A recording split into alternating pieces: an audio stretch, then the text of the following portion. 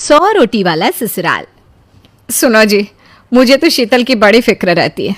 उसका ध्यान तो बस घर के बाहर दोस्तों के साथ घूमने फिरने में ही रहता है। उसे कुछ बोलो तो एक नहीं सुनती। मैं तो कहती हूँ इसकी जल्दी शादी वादी करवा दो, वरना लड़की हाथ से निकल जाएगी।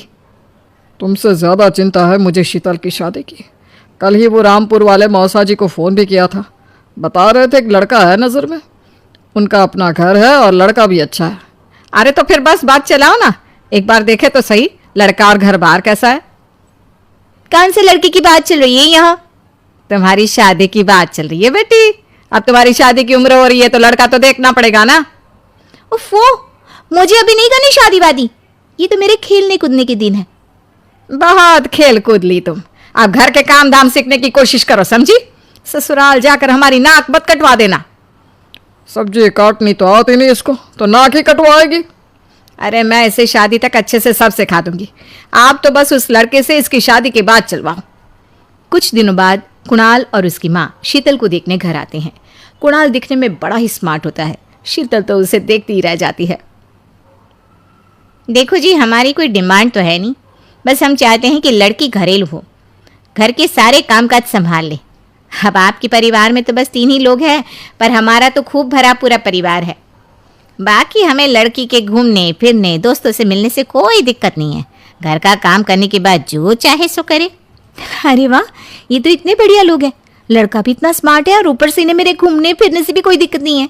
हे भगवान, तूने तो बिना मांगे ही मुझे सब दे दिया। बताओ जी, और क्या चाहिए हमें? हमारी तरफ से तो रिश्ता पक्का है जी। बस फिर तो हंसी खुशी शीतल और कुणाल की शादी हो जाती है। शीतल मन ही मन बड़ी खुश होती है और उसी खुशी के साथ वो अपने ससुराल में कदम रखती है।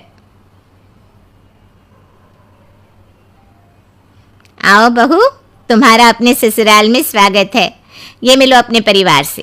ये तुम्हारे ससुर जी, तुम्हारी ननद सुनीता और गीता, सुनीता के पति राजेश और उनके 2 बच्चे राजू और चिंटू। ये ना हमारे साथ यहीं रहते हैं।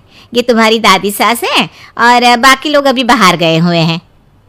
इतने सारे लोग, ये सब यहीं रहते हैं इस घर में?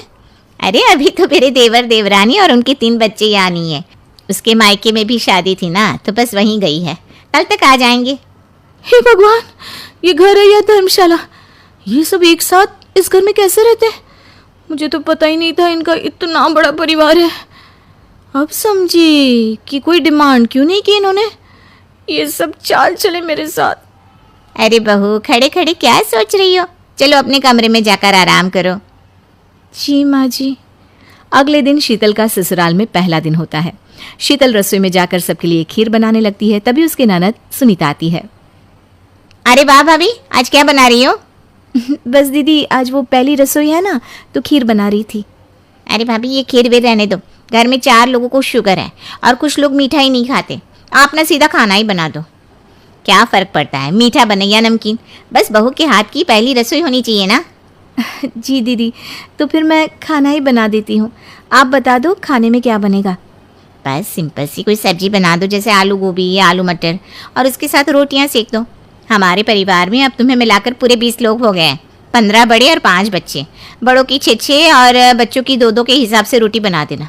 चलो मैं चलती हूँ, सब देख लेना। हाँ, बड़ों की 6 रोटी, मतलब कि 15 लोगों की 90 रोटियाँ, और बच्चों की 2 रोटी, मतलब 5 बच्चों की 10 रोटियाँ। 90 और 10 मतलब कुल मिलाकर 100 रोटियाँ। हाय, मैं तो मर गई। 100 रोटियाँ अकेले कैसे बनाऊंगी? माँ, ये तुमने मेरी शादी कहाँ कर दी? शादी से पहले तो मैंने कभी 4 रोटी से ज्यादा नहीं बनाई।